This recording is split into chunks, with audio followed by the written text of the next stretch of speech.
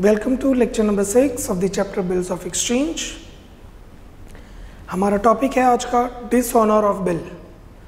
जब ड्रॉई टाइम से ड्रॉअर को पैसे नहीं देता या पेई को पैसे या एंडोर्सी को पैसे नहीं देता। Now in this case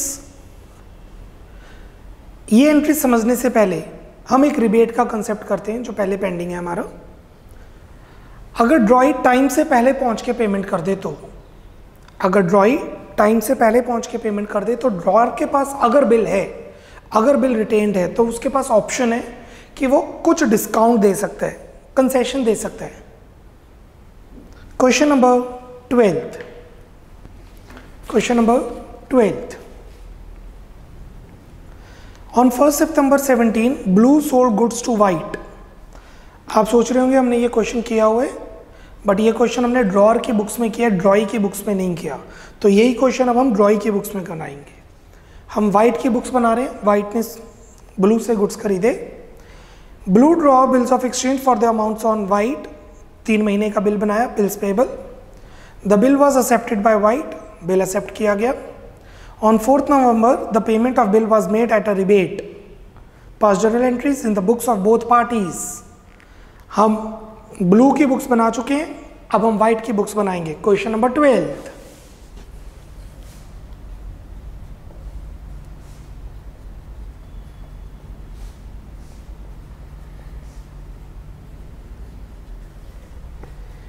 in the books of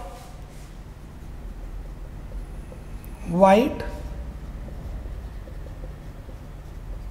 journal.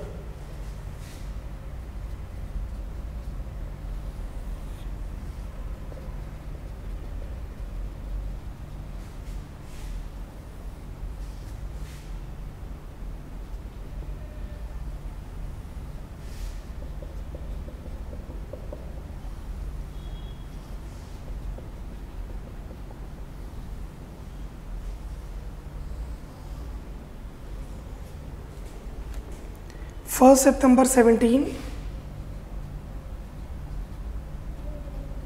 Goods खरीदे गए।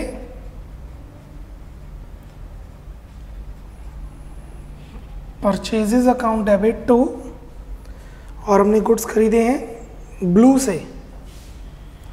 ब्लू हमारे लिए क्रेडिटर है तो उसे क्रेडिट किया गया। परचेजेस हमारे लिए खर्चा है तो उसे डेबिट किया गया। Purchases to Blue 40,000। इसी दिन एक नया बिल बनाया गया।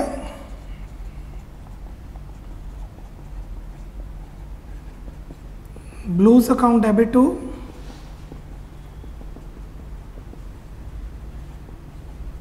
Bills payable account. हमने 40,000 का एक नया बिल क्रिएट किया।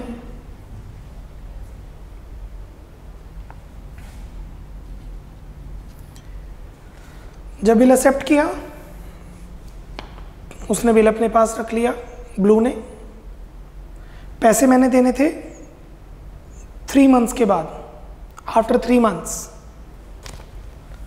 4 नवंबर को मेरे पास पैसे आ गए। अक्टूबर नवंबर 2 मंथ्स के बाद, पैसे देने थे 3 मंथ्स के बाद।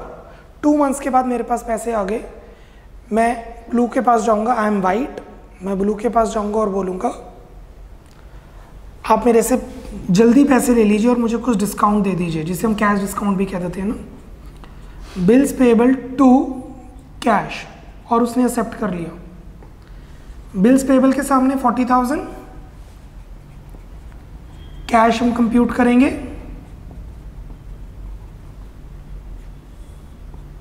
How much would be the rebate?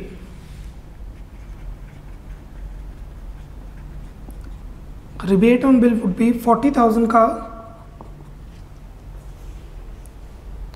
12% for 1 month. 40,000 का 12% for 1 month. Will consider 1 month. 3 महीने का बिल था, 2 महीने बाद रिबेट करवाई गई है, तो जितना टाइम बचा है वो लेना है। 3 मंथ्स का बिल था, 2 मंथ्स के बाद रिबेट करवाई है, तो अभी 1 मंथ और पेंडिंग है, तो यहाँ पे 1 मंथ का डिस्काउंट लगेगा।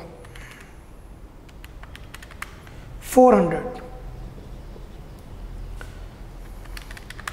39,600 हमें कैश पे करना पड़ेगा। सो जो वाइट है वो 40,000, जो वाइट है वो 40,000 की जगह 39,600 देगा, 400 rebate on bill. Discount received गलत है क्योंकि वो कैश डिस्काउंट होते है दोनों इनकम, बट रिबेट लिखा जाएगा क्योंकि स्पेसिफिकली इनकम बिल के ऊपर है। क्रेडिट क्यों हो रही है? क्योंकि ये हमारे लिए इनकम है। नोट दे देंगे नीचे, rebate on bill has been credited, rebate on bill has been credited in the books of drawee. Rebate on bill has been credited in the books of drawee, being income, and being a nominal account, we know that debit all expenses, credit all incomes. Take your time, not more than 30 seconds. फिर हम आज का नया topic शुरू कर रहे हैं, dishonour of bill.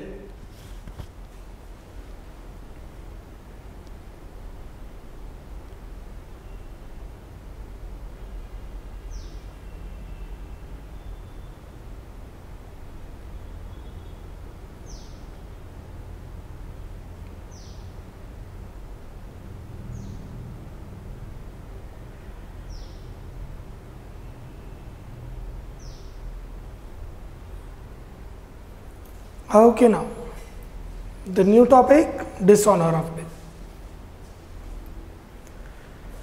इसके अंदर क्या रहता है? जो ड्रॉई है वो टाइम से नहीं पहुंचता पेमेंट करने के लिए, whatever the place is, date is, time is, और वो बिल ड्रॉअर के पास ही रहता है या एंडोर्सी के पास ही रहता है। होता क्या है, जब ड्रॉई पेमेंट करता है तो वो पैसे देके बिल ले लेता है और वो बिल फाड़ के फेंक देता है कि ओके डन, पेमेंट हो चुकी है, मेरी लायबिलिटी खत्म। बट अगर वो वहां उस टाइम ना पहुंचे, उस केस में क्या होगा?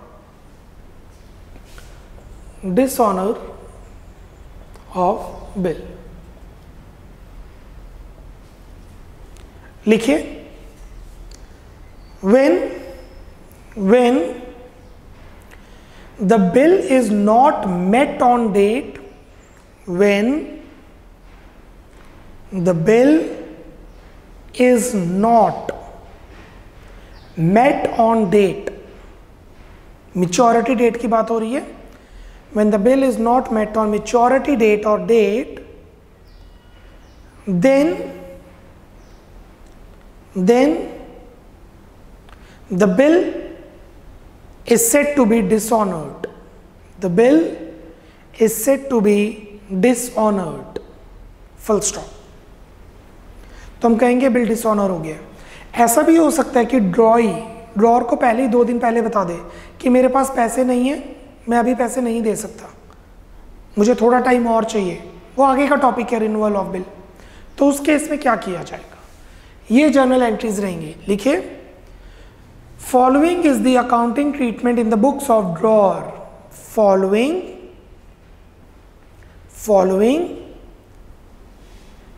is the accounting treatment in the books of drawer. Drawer की बुक्स में ये एंट्रीज आएंगी। नंबर वन,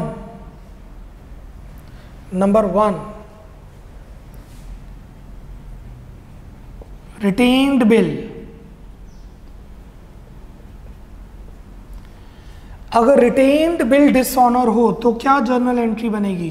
4 अलग अलग केसेस हैं। अगर रिटेन्ड बिल डिसऑनर हो तो जर्नल एंट्री बनेगी। अगर बिल ऑनर होता है तो एंट्री क्या बनती है? Cash to B R. अब हम डालेंगे drawee to B R. Drawee's account debit to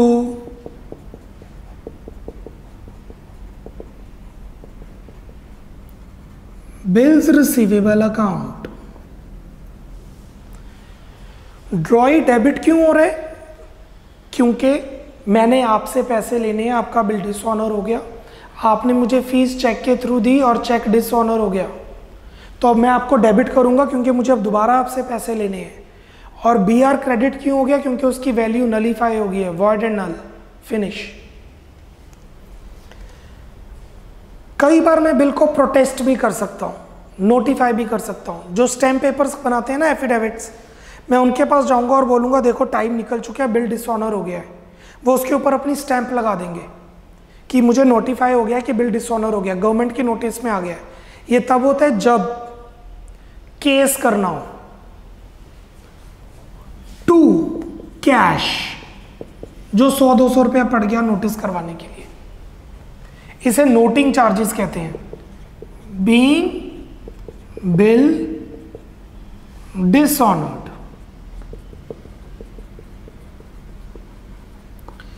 10,000 का बिल था, ये देखिए 10,000 का बिल था, बिल रिसीवेबल में आएगा 10,000, 10,000 का बिल था, बिल रिसीवेबल में आएगा 10,000, मैंने नोटिस करवा दिया, नोटिंग चार्जेस पे कर दिए 100, कैश में आएगा 100, 10,000 प्लस 100 कितना हो गया? 10,100। अब मैंने आपसे 10,100 लेने हैं। 10,000 तो लेने ही थे आपसे, वो तो लेने ही है।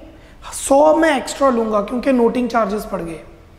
आपने मुझे फीस चेक से दी, चेक डिसऑनर हो गया, बैंक ने मेरे से 100 रुपये काट लिए, मैं क्यों बैंक को 100 रुपये पे करूं? गलती आपकी है, बिल डिसऑनर हुआ है, चेक डिसऑनर हुआ है, मैं आपसे 100 रुपये एक्स्ट्रा लूंगा। This is what we are talking about. Second,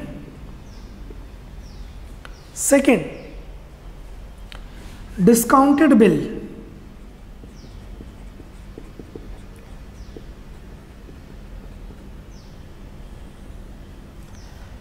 अगर डिस्काउंटेड बिल डिसऑनर हो जाए तो एंट्री बनेगी ड्रॉइज अकाउंट डेबिट, मतलब बीज account debit to bank account.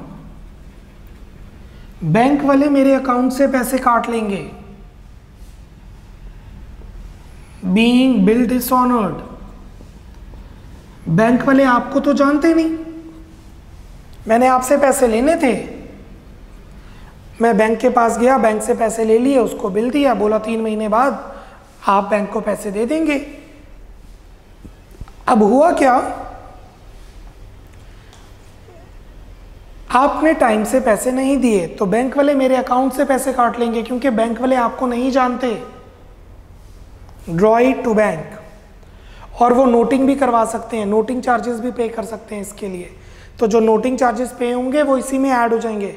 ड्रॉई account debit to bank, to bank, drawee account debit 10,100 to bank 10,000, to bank 100, तो noting charges इसी में ऐड बैक हो जाएंगे। Discounted bill dishonoured.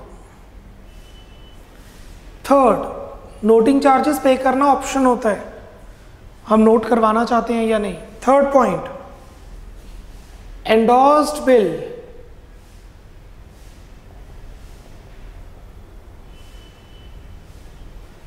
Third point, endorsed bill. Entry बनेगी drawee's account debit to जिसको endorse किया था bill, to endorsee's account being bill dishonoured.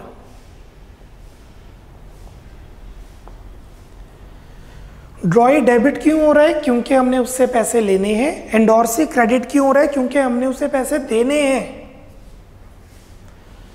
आपने मुझे फीस चेक के थ्रू दी, वो फीस का चेक मैंने अपने टीचर को एंडोर्स कर दिया कि भाई आपकी सैलरी होगी।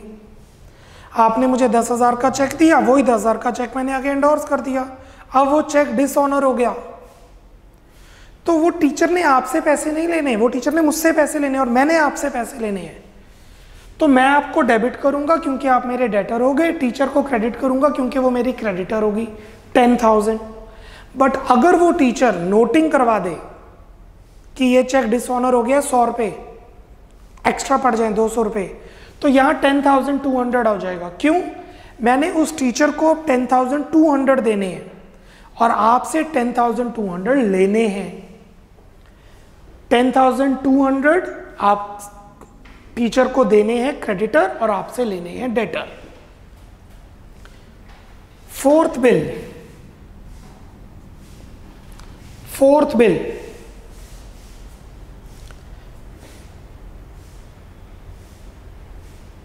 Send to bank for collection bill. वो वाला बिल डिसऑनर हो गया जो मैंने बैंक को भेजा था कलेक्शन पर्पस के लिए। तो एंट्री क्या बनेगी? The entry would be drawee's account debit to bill sent for collection account to cash और बैंक नोटिंग चार्जेस अगर पे किए हमने, being bill dishonoured, I am just writing cash, क्योंकि नोटिंग चार्जेस हम कैसे पे कर सकते हैं? कैश के थ्रू भी पे कर सकते हैं और चेक के थ्रू, कार्ड के थ्रू भी पे कर सकते हैं। तो आई am just writing cash, you can write bank also. ड्रॉई debit क्यों हो रहा है? क्योंकि मैंने ड्रॉई से पैसे लेने हैं। Bill send for collection credit क्यों हो रहा है? क्योंकि वो बिल अब खत्म हो चुका है, उसकी वैल्यू कुछ नहीं है। टू कैश क्योंकि नोटिंग चार्जेस पे किए गए हैं। सो 4 डिफरेंट एंट्रीज हैं। वो बिल हमने किस तरीके से यूज किया है, ड्रॉअर ने वो बिल कैसे डील की है, क्या ऑल्टरनेटिव यूज किया है, उस हिसाब से डिफरेंट एंट्रीज हैं। अगर एंट्रीज को समझना हो तो इसकी एंट्री है चारों केसेस में, debit the drawee, credit the holder of the bill. I repeat, debit the drawee, credit the holder of the bill. Check कीजिए, first case debit the drawee, second case debit the drawee, third case debit the drawee, fourth case debit the drawee. चारों cases में debit हो रहा है drawee. To credit the holder of the bill. In first case bill मेरे पास है, second case bill bank के पास है, थर्ड केस बिल एंडोर्सी के पास है, फोर्थ केस बिल बैंक के पास कलेक्शन के लिए है। और नोटिंग चार्जेस जो पे कर रहा है, फर्स्ट केस मैं पे कर रहा हूं, सेकंड केस बैंक पे कर रहा है, थर्ड केस एंडोर्सी पे करता है, नोटिंग चार्जेस वही पे करता है जिसके पास बिल होता है, फोर्थ केस बिल मैं पे कर रहा हूं या बैंक पे कर रहा है क्योंकि वो मेरा एजेंट है। I hope you are clear with the journal entries, the books of drawer when the bill is dishonoured. लिखिए नोट, फर्स्ट नोट,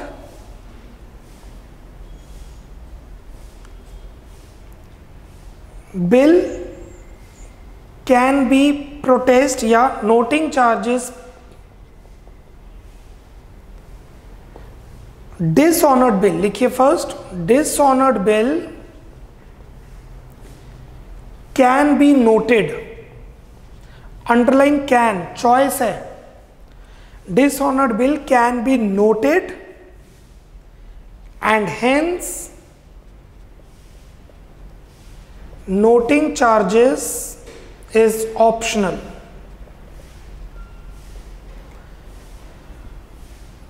नोट करवाना बेटर होता है क्योंकि केस करना इजी रहता है, बिल की पेमेंट इजी रहती है। बट अगर आप नोट नहीं भी करवाएंगे तो नोटिंग चार्जेस पे करने की जरूरत नहीं होती। Noting charges is optional in that case. Second note, bill can be noted, bill is noted by the person who holds the bill। Bill वो नोट करवाता है जिसके पास बिल होता है। फर्स्ट केस में मैं, सेकंड केस में बैंक, थर्ड केस में एंडोर्सी, फोर्थ केस में मैं या बैंक। इसीलिए फर्स्ट और फोर्थ केस में कैश है, सेकंड और थर्ड केस में नहीं है। Full stop. Hence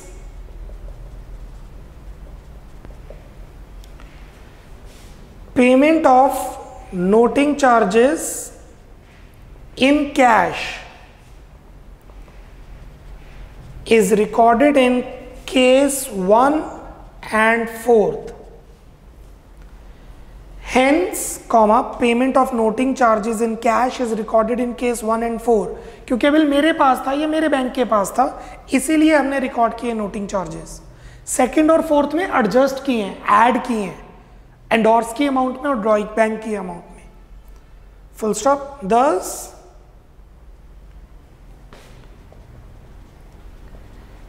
payment of noting charges has been adjusted in case 2 and 3. Second और थर्ड केस में नोटिंग चार्जेस एडजस्ट कर देंगे, बिल के अंदर अमाउंट ऐड कर देंगे, और वो भी अगर क्वेश्चन में हो तो। थर्ड नोट, टेक्निकली एंट्री क्या बनेगी याद करने के लिए? डेबिट द ड्रॉई, क्योंकि उससे पैसे लेने हैं, credit the holder of the bill. So third note, technically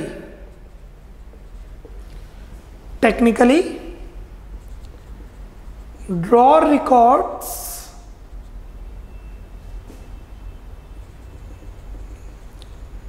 dishonor of bill as follows.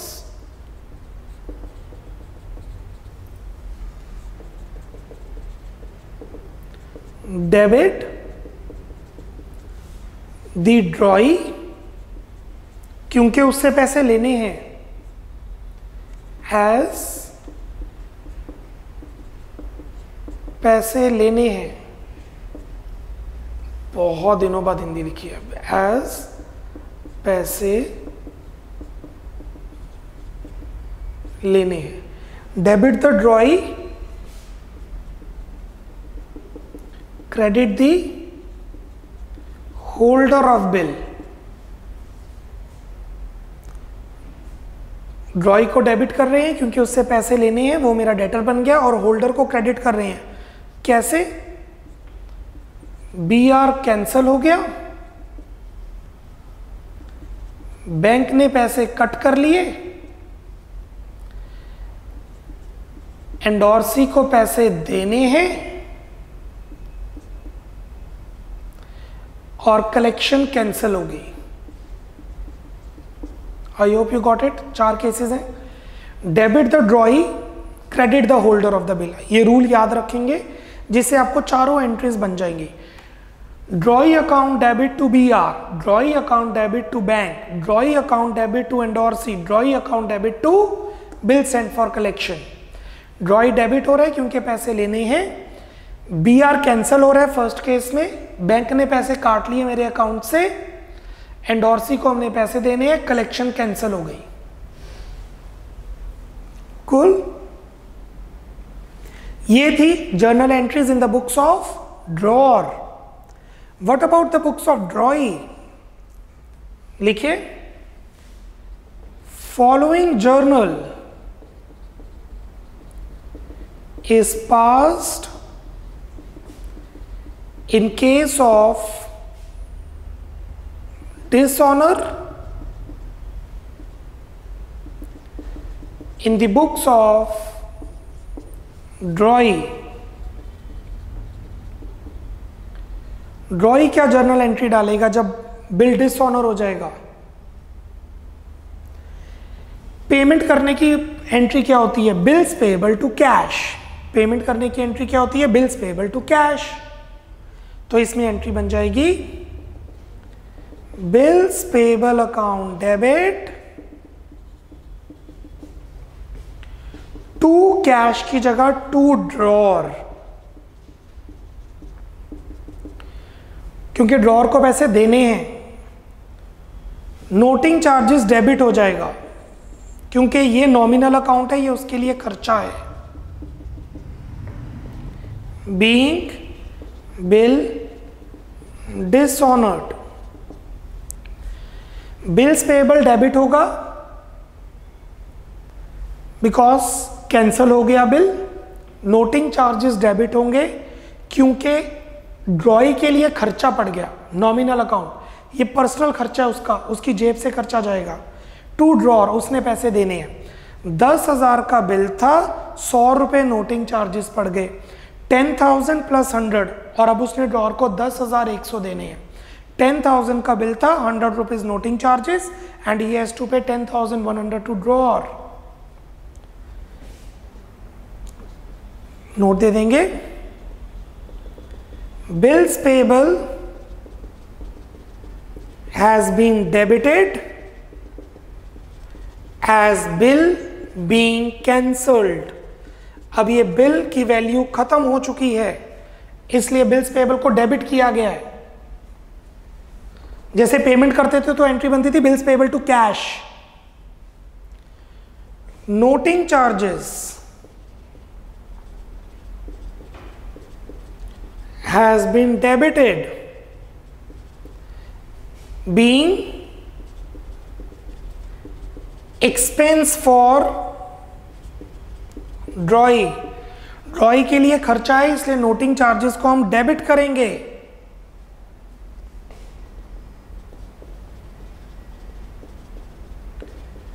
Drawer has been credited being liability for drawee. Drawee के लिए लाइबिलिटी है, इसीलिए ड्रॉर को क्रेडिट करेंगे, वो देनदारी है।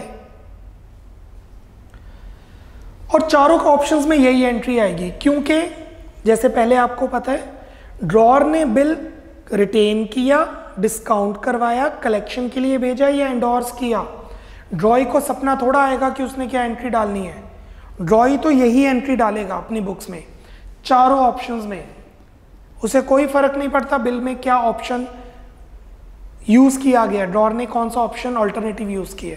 सो the entry is bills payable noting charges to drawer, और नोटिंग चार्जेस नहीं है तो वो डेबिट नहीं होगा, तो एंट्री बनेगी bills payable to drawer. Note down कीजिए, giving you 30 minutes, the books of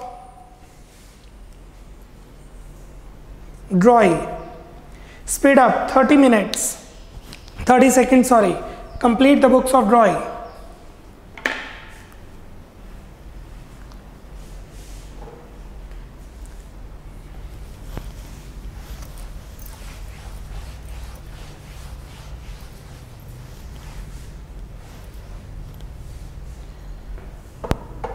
Okay, now for 1 minute, kindly have a look on all the entries of dishonor.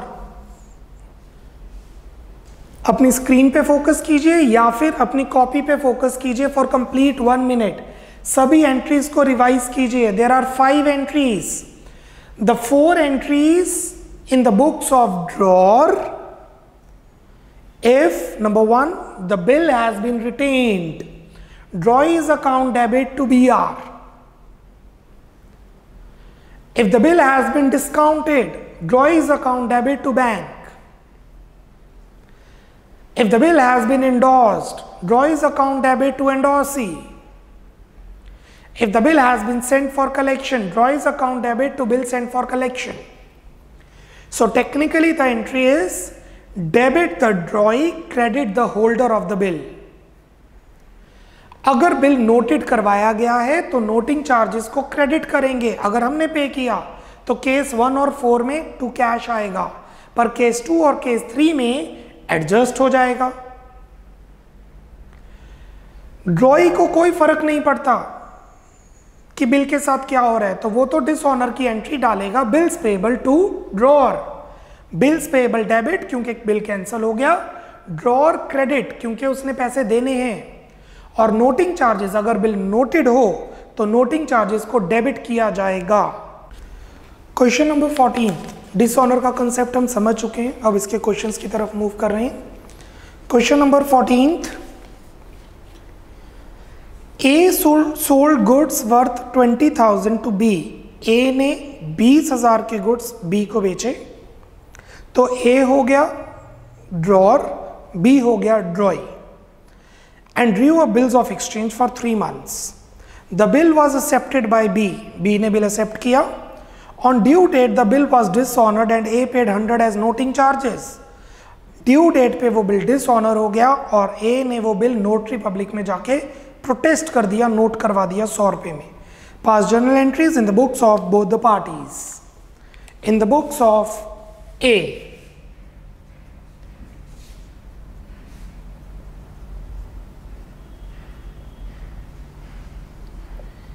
in the books of A journal, ए ने B को 20,000 के goods बेचे, dates mention नहीं है तो just cross cross. ए ने B को goods बेचे, B's account debit to sales account. B's account debit to sales account 20,000. So we have sold the goods for 20,000. We means A. और 3 महीने का बिल बनाया गया.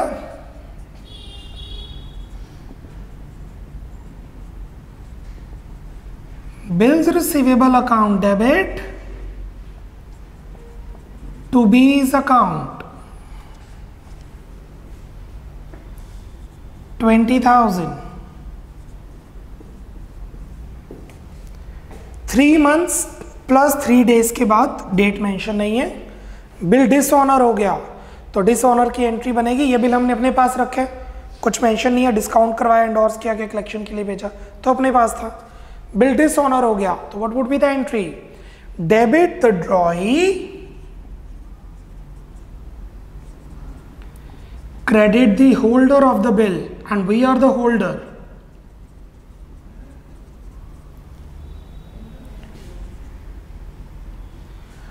To cash, हमने 100 रुपए के नोटिंग चार्जेस भी पे किए. Being bill dishonored and noting charges paid.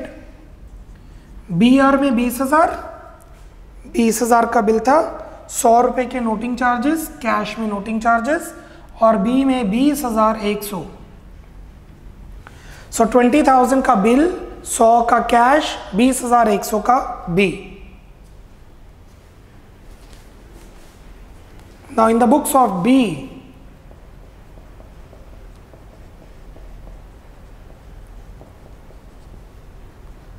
Journal,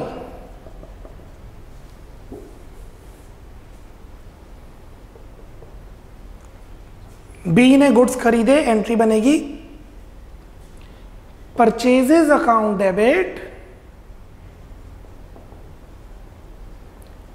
to A's account. 20,000 के गुड्स खरीदे गए,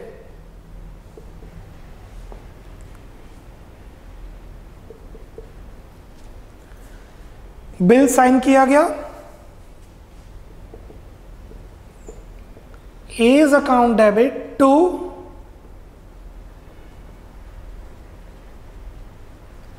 bills payable account.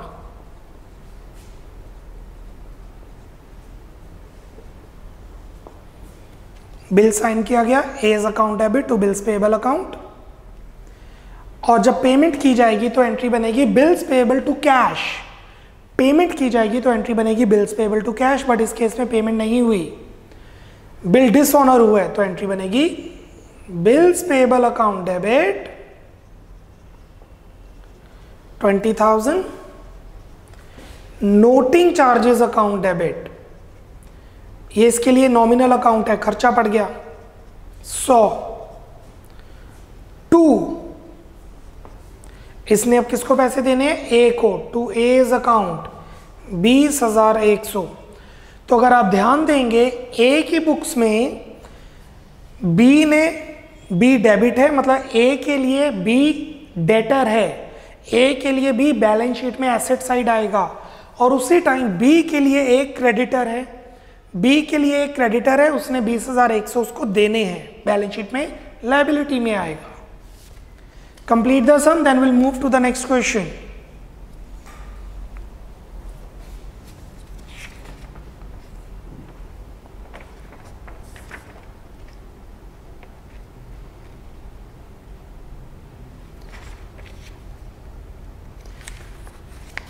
Let's move to theoretical concept. Page number 5. Page number 5.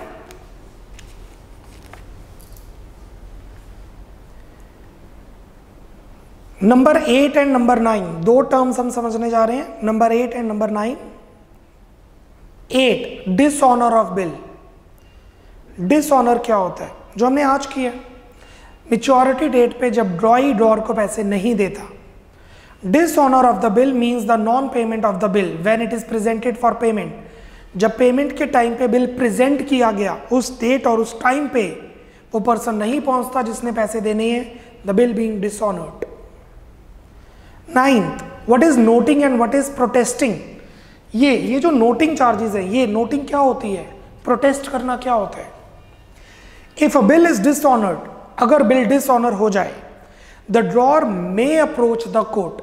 Drawer court में जा सकता है. अब मेरी टीचर की सैलरी का चेक डिसऑनर हो गया तो वो कोर्ट चली जाएगी. No, she will ask me, sir क्या प्रॉब्लम होगी, मेरा साइन नहीं है, वट एवर. बट अगर उसको लगता है कि पेमेंट मर सकती है तो वो बिल डिसऑनर नोट करवाया जाएगा. मे वर्ड है, शुड नहीं है. May approach the court and file a suit against the drawee. In order to collect documentary evidence, the drawer may approach a lawyer and explain the fact of the dishonor of the bill.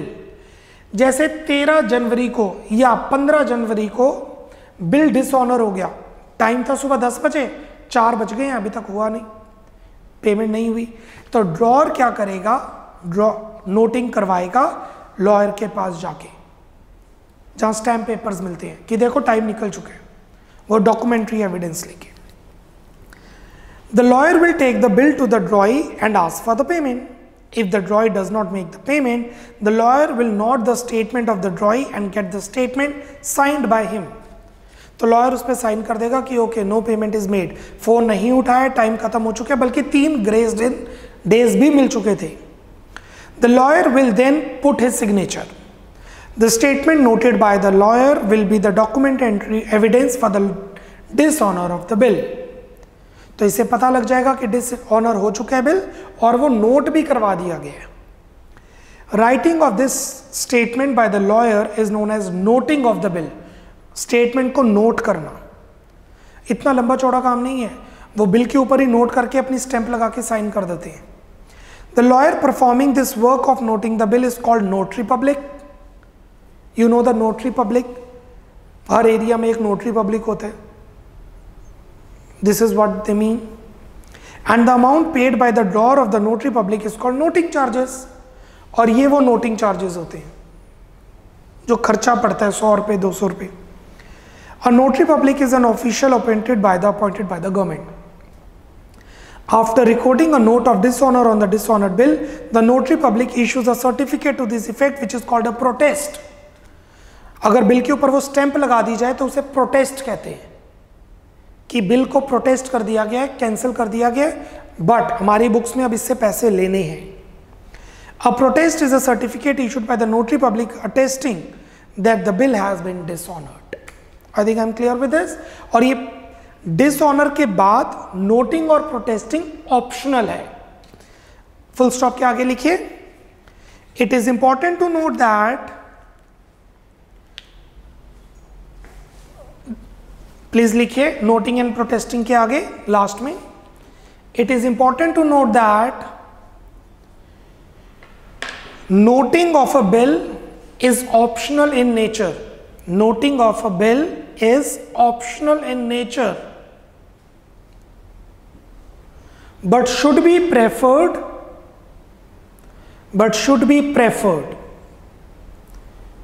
Noting of a bill is optional in nature but should be preferred.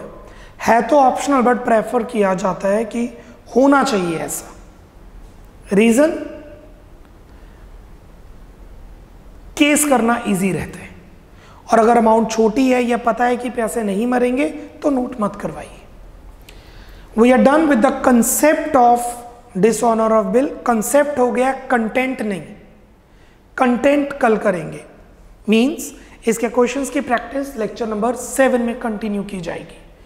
Till then bye bye, take care, God bless.